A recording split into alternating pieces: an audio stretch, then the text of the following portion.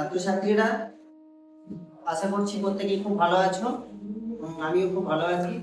অনেকদিন পর আমি কথা দিয়েছিলাম যে আবার তোমাদের পাঠ্য বিষয়ে আলোচনা নিয়ে আসবো। আজ আমি পাঠ্য বিষয় অর্থাৎ একাদশ শ্রেণীর ঈশ্বরচন্দ্র বিদ্যাসাগর কবিতাটি সম্পর্কে আলোচনা করছি। এই চ্যানেলের প্রত্যেকটা ভিডিও তোমাদের খুব উপকারে আসবে, তাই চ্যানেলটাকে অবশ্যই যারা ভালোবাসো তারা অবশ্যই চ্যানেলটাকে সাবস্ক্রাইব করে দেবেন, আর বন্ধুদের মধ্যে প্রচুর প্রচুর শেয়ার করে দিও। সঙ্গে দেখো, লাইক করো, কমেন্ট করতে ভুলো না। আজকে আমরা মাইকেল মধুসূদন দত্তের ঈশ্বরচন্দ্র বিদ্যাসাগর কবিতাটি আলোচনা করব। তো ঈশ্বরচন্দ্র বিদ্যাসাগর কবিতাটি আলোচনা করার পূর্বে আমাদেরকে অবশ্যই কবি মাইকেল মধুসূদন সম্পর্কে আমাদেরকে কিন্তু জানতে হবে। তো মাইকেল মধুসূদন দত্তের জন্ম মৃত্যু অবশ্যই আমাদেরকে জানতে হবে। বাংলা সাহিত্যে মাইকেল মধুসূদন দত্ত কি কি সাহিত্যের দান রেখে গেছে সেটা আমাদেরকে অবশ্যই জানতে হবে। যেমন অমৃতাক্ষর ছন্দ মাইকেল মধুসূদন দত্তের একটা সেরা দান। বাংলা সাহিত্যের প্রথম সাহিত্যিক মহাকাব্য অর্থাৎ মেঘনাদ বধ, এটা মাইকেল মধুসূদন দত্তের একটা দান। বাংলা সাহিত্যের প্রথম সার্থক ট্র্যাজেডি নাটক কৃষ্ণকুমারী, এটা মাইকেল মধুসূদন দত্তের দান। বাংলা সাহিত্যে যদি বলি যে প্রথম আখ্যান কাব্য তিলোত্তমা সম্ভব, সেটাও মাইকেল মধুসূদন দত্তের দান। ঠিক আছে, তো আমরা আবার দেখব যে দীনবন্ধু মিত্র যে নীলদর্পণ নাটকটা রচনা করেছিল, সেই নাটকটিও কিন্তু মাইকেল মধুসূদন দত্ত ইংরেজিতে অনুবাদ করে দিয়েছিলেন। তো যাই হোক, মাইকেল মধুসূদন দত্তের অপার দান কিন্তু এই বাংলা সাহিত্যে রয়ে গেছে। বাংলা সাহিত্যে মাইকেল মধুসূদন দত্ত আসার আগে তিনি ইংরেজি সাহিত্য নিয়ে বেশ এগোতে চেয়েছিলেন, অনেকটা রাস্তা এগিয়েও ছিলেন, কিন্তু দি ক্যাপটিভ লেডি এবং দি ভিশন অফ দি পাস্ট, এটা তিমোথি পেন পোয়েম ছদ্মনামে রচনা করার পর কবি কিন্তু আর সেভাবে রচনা প্রকাশ করতে পারেনি। তবে রিজিয়া নামে একটা নাটক প্রকাশিত হয়েছিল। আরও কিছু বাংলা তিলোত্তমা সম্ভব বা বাংলা সাহিত্যে যেগুলো রচনা করেছিলেন সেই সম্পর্কে দু একটা ইংরেজিতে অনুবাদ করেছিলেন, কিন্তু মৌলিক রচনা হিসাবে ইংরেজিতে সেরকম তার কিন্তু রচনা পাওয়া যায় না। তবে মাইকেল মধুসূদন দত্ত খ্রিস্টান ধর্ম গ্রহণ করেছিল 1843 সালে। এই খ্রিস্টান ধর্ম গ্রহণ করার পর তিনি কিন্তু ইংল্যান্ডে চলে যান এবং সেখানে কিন্তু তার ইংরেজি নিয়ে পঠন পাঠন শুরু করেন। ঠিক আছে, তো ইংরেজি নিয়ে পঠন পাঠন শুরু করেন, ইংরেজি কবিতা প্রকাশের সুযোগও পান তিনি। কিন্তু এতটাও বড় মাপের তিনি কিন্তু কবি হতে চাননি, মানে পারেননি। তিনি মিল্টন দান্তের মতো বড় মাপের কবি হতে চেয়েছিলেন, কিন্তু সেই মাপের কবি হতে পারেননি। তাই ব্যর্থতা আমরা দেখেছি আত্মবিলাপ কবিতাতে। ঠিক আছে, তার সেই খেত বাণী সেখানে আমরা দেখতে পেয়েছি। তো মাইকেল মধুসূদন দত্ত সম্পর্কে আমাদেরকে আরো কিছু কিছু জিনিস জানতে হবে, যে বাংলা সাহিত্যে প্রথম প্রহসন কিন্তু তারই দান। ঠিক আছে, একই কি বড় সভ্যতা আর বুড়ো শালিকের ধারে পাবো, কারণ আমাদের কিন্তু লেখক পরিচিতি থেকে পরীক্ষায় প্রশ্ন আসতে পারে একাদশ শ্রেণীতে, যেহেতু এমসিকিউ টাইপের প্রশ্ন হবে, তাই বিষয়টা আমাদের লেখক পরিচিতি অংশটাকেও আমাদেরকে কিন্তু খুব গুরুত্ব সহকারেই দেখতে হবে। তো এখন মাইকেল মধুসূদন দত্ত ফ্রান্সের ভার্সাই নগরে যখন ছিলেন, তখন তিনি অর্থ সংকটে ভুগছিলেন। এই অর্থ সংকটে থেকে তাকে উদ্ধার করেছিলেন ঈশ্বরচন্দ্র বিদ্যাসাগর। তো ঈশ্বরচন্দ্র বিদ্যাসাগর অর্থ সংকট থেকে তাকে উদ্ধার করায় তিনি ঈশ্বরচন্দ্র বিদ্যাসাগরকে নিয়ে একটি কবিতা লেখেন। তো আমরা দেখেছি মাইকেল মধুসূদন দত্তের সনেট আছে। এই সনেটকে বাংলায় বলে চতুর্দশপদী কবিতা বলে, যেটা 1866 সালে মাইকেল মধুসূদন দত্ত ফ্রান্সের ভার্সাই নগরে বসে লিখেছিলেন। আর এই 102টো সর্বমোট তিনি সনেট রচনা করেছিলেন। তার মধ্যে 86 সংখ্যক সনেট হচ্ছে ঈশ্বরচন্দ্র বিদ্যাসাগর। সনেট সম্পর্কে আমাদেরকে আগে জানতে হবে। তো সনেটটা কি? সনেট হচ্ছে 14টা লাইনে একটা গাঁথা কবিতা। তো এই কবিতাটায় এমনভাবেই গাঁথুনি থাকে, যেটা প্রথম 8টা লাইন অষ্টক, যেটাকে আমরা বলা হয় যে এরকম বলে থাকি না, যে প্রথম 8টা লাইনে আমরা জাল বিস্তার করি আর শেষ 6টা লাইনে আমরা সেই জালটাকে তুলে নিই। ঠিক আছে, আমরা এই প্রথম 8টা লাইনের নাম জানি অষ্টক আর শেষ 6টা লাইনের নাম জানি শতক। এছাড়াও আমরা কিন্তু একটা জিনিস জানি না, প্রথম 4টে লাইনের কিন্তু একটা নাম আছে। প্রথম 4টে লাইনের নাম হচ্ছে চতুষ্টয়। পরীক্ষা অবশ্যই আসতেও পারে, হ্যাঁ। তো প্রথম 4টে লাইনের নাম চতুষ্টয়। তো সনেটের যে রীতি, এটা প্রথম পেত্রাকে হাত ধরে কিন্তু শুরু হয়েছে। তারপর আমরা দেখেছি শেক্সপিয়রের সনেট, সেটাও ছিল। আমরা মাইকেল মধুসূদন দত্তের যে সনেট পাবো সেটা অবশ্যই পেত্রাকীয় এবং শেক্সপিয়র, এই দুই সনেটের সংমিশ্রণেই তৈরি। মাইকেল মধুসূদন দত্তের এই সনেট, যেটা চতুর্দশপদী কবিতা বলি বাংলায় পরিচিত, সেটা 1866 সালে ফ্রান্সের ভার্সাই নগরে বসেই লেখেন। এখানে সর্বমোট 102টো সনেট আছে। তো আমি এখন কবিতাটা বোঝাই। দেখো, ঈশ্বরচন্দ্র বিদ্যাসাগর, বিদ্যার সাগর তুমি বিখ্যাত ভারতে। মাইকেল মধুসূদন দত্ত বিদ্যাসাগরকে বলছে যে বিদ্যাসাগর বিদ্যার সাগর। অর্থাৎ বিদ্যার সাগর বলতে সাগর মানে কি, আমরা কি দেখি না, সাগর থেকে যদি আমরা একটু জল তুলেও নিই, সেই সাগরে কিন্তু জলে কিন্তু কোনো রকম ছেদ পড়ে না, কম পড়ে না। বিদ্যাসাগরেরও বিদ্যা এত পরিমাণে বিদ্যাসাগরের ভিতরে বিদ্যা আছে, যেটা কখনো কমান নয়। বিখ্যাত ভারতে, তিনি ভারতবর্ষে বিখ্যাত হয়ে আছেন বিদ্যার সাগর হিসাবে। করুণার সিন্ধু তুমি সেই জানে মনে। আবার দেখো, দ্বিতীয় জায়গাতেও আবার সেই সিন্ধু বা সেই সাগরকেই কবি তুলনা করলেন কি না, করুণার। করুণা মানে দয়া দাক্ষিণ্য। ঠিক আছে, তাহলে বিদ্যাসাগরের ভিতরে দয়া দাক্ষিণ্য এত পরিমাণে ছিল, সেটাও কিন্তু সেই সাগরের মতোই, যেটা কখনো ফুরাবার নয়। সেই জানে মনে, সেই জানে মনে বলতে সেই জানে, কে জানে, দিন যে দিনের বন্ধু, অর্থাৎ যে দরিদ্রদের বন্ধু। বিদ্যাসাগর দরিদ্রদের বন্ধু যে বিদ্যাসাগর, এটা সেই জানে যে লোকটা দিন অর্থাৎ দারিদ্রতার মধ্যে দিয়ে জীবন অতিবাহিত করেছে সেই সময়। সেই জানে যে বিদ্যাসাগর দরিদ্রের বন্ধু বা তিনি দিনের বন্ধু। উজ্জ্বল জগতে, তিনি জগতে উজ্জ্বল হয়ে আছেন। অর্থাৎ উজ্জ্বল মানে কি, চকচক করা, তাই তো। তাহলে বিদ্যাসাগর সমগ্র পৃথিবীতে উজ্জ্বল হয়ে আছেন কিসের জন্য না, দরিদ্রের বন্ধু হিসাবে। এবার দেখো কিরকম, সেটা কিরকম উজ্জ্বল বলছে, হেমাদ্রির হেমকান্তি অম্লান কিরণে। হেমাদ্রি বলতে কি বোঝায় না, হেমাদ্রি বলতে পর্বতকে বোঝায়। সেই পর্বতের হেমকান্তি, হেম শব্দের অর্থ কি না, হেম শব্দের অর্থ হচ্ছে সোনা, কান্তি শব্দের অর্থ হচ্ছে দেহ। তাহলে পর্বতের স্বর্ণরূপ দেহতে, ঠিক আছে, সূর্যালোক যখন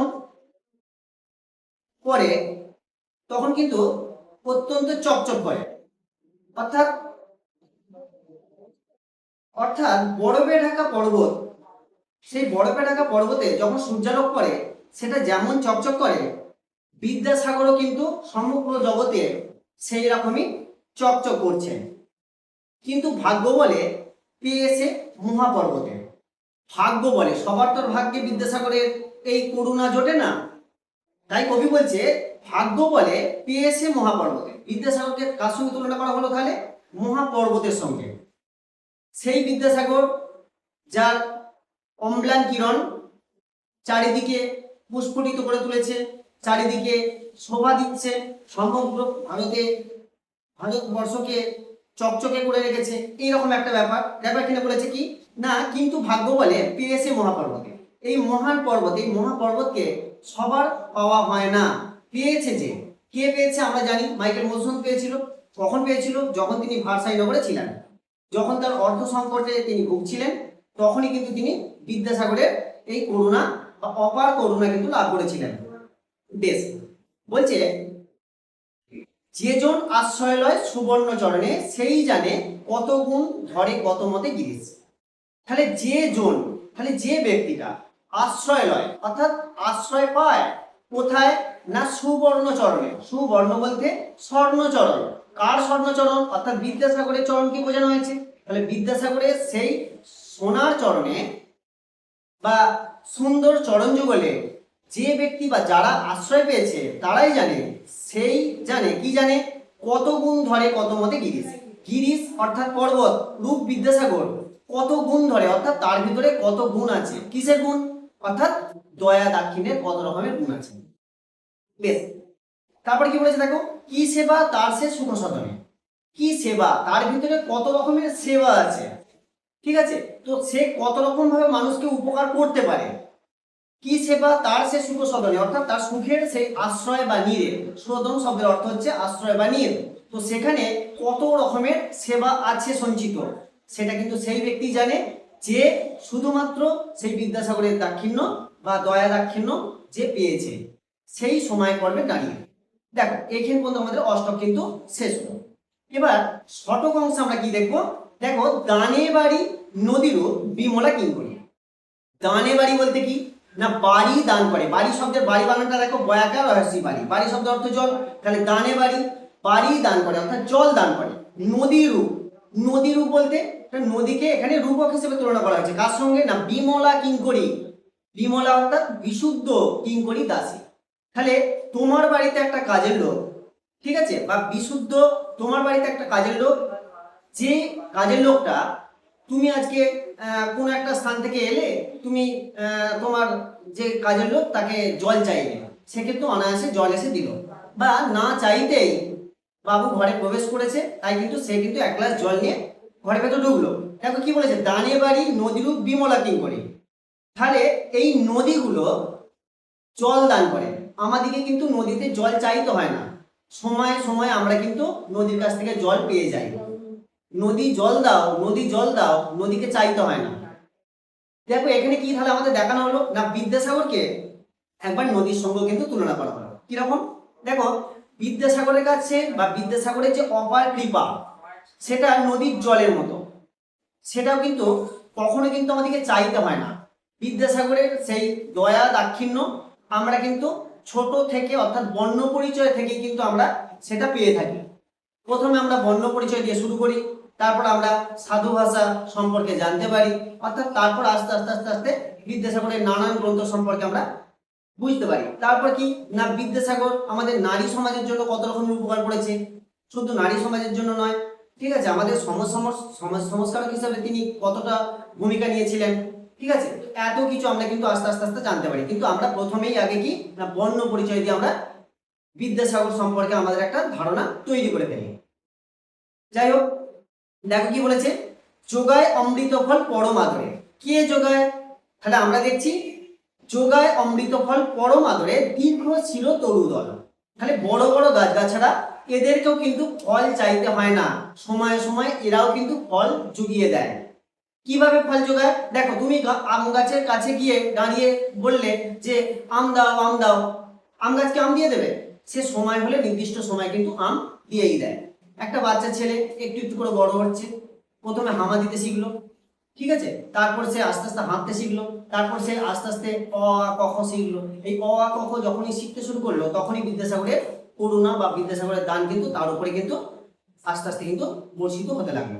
দেখো কি বলেছে, বিদ্যাসাগরকে কিন্তু তাহলে এখানে দীর্ঘ চির তরু বা গাছের সঙ্গে কিন্তু তুলনা করা হয়েছে, বা বড় গাছগাছার সঙ্গে তুলনা করা হয়েছে, যাদের কাছে, যে গাছগাছার কাছে আমরা না চাইতেও ফল কিন্তু পেয়ে যাই।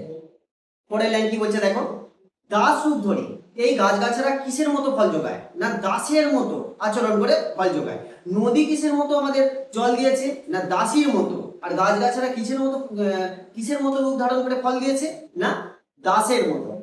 পরে দেখো, পরিমলে ফুল ফল 10 দিক ভরি। পরিমলে বলতে সুগন্ধে, সৌরভে, সৌরভে ফুল ফল, ফুল কুল, অর্থাৎ এই গাছগাছাড়া থেকে যে সমস্ত ফুল এবং ফল, সেগুলো চারিদিকে যেমন সুন্দর গন্ধ বিতরণ করে, বিদ্যাসাগরের অপার মহিমা সমগ্র জগতে যেন এরকম গন্ধ তথা একটা সুগন্ধময় পরিবেশ তৈরি করে রেখেছে সর্বদা, সর্বক্ষণের জন্য। পরের লাইনে কি বলেছে, দিবসে শীতল শাসি ছায়া, বনে ছায়া বনেশ্বরী নিশায় সুশান্ত নিদ্রা ক্লান্তি দূর করে। এই বড় বড় গাছগাছারা কি করছে না, বলছে দিবসে শীতল শাসী ছায়া, দিনের বেলা ঠান্ডা বাতাস দিচ্ছে।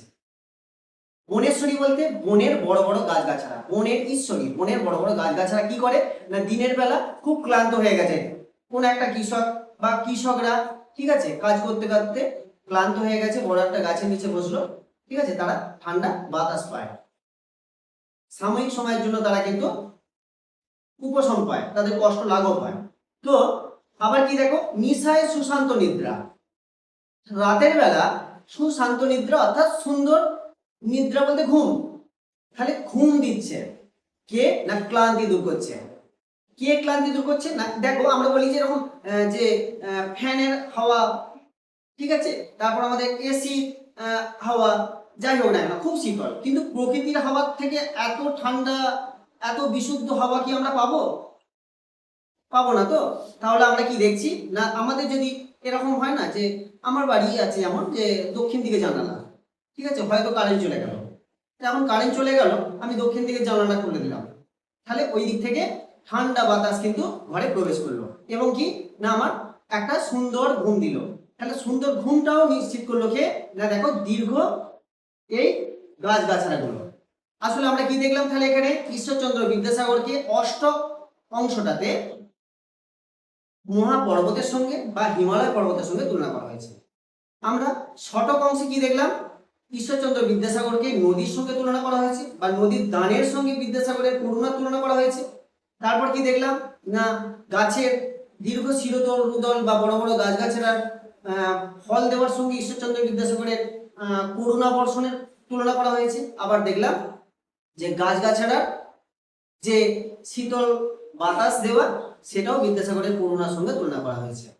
তো ঈশ্বরচন্দ্র বিদ্যাসাগর কবিতাটা তোমাদের কেমন লাগলো তোমরা অবশ্যই কমেন্ট করে জানাবে। আর এর থেকে যদি কোনো তোমাদের প্রশ্ন থাকে অবশ্যই তোমরা কমেন্টে জানিও, আমি অবশ্যই তোমাদের পরবর্তী ভিডিও, এর উপরে যদি কোনো ভিডিওর প্রয়োজন হয় আমি আবার ভিডিও অবশ্যই করব।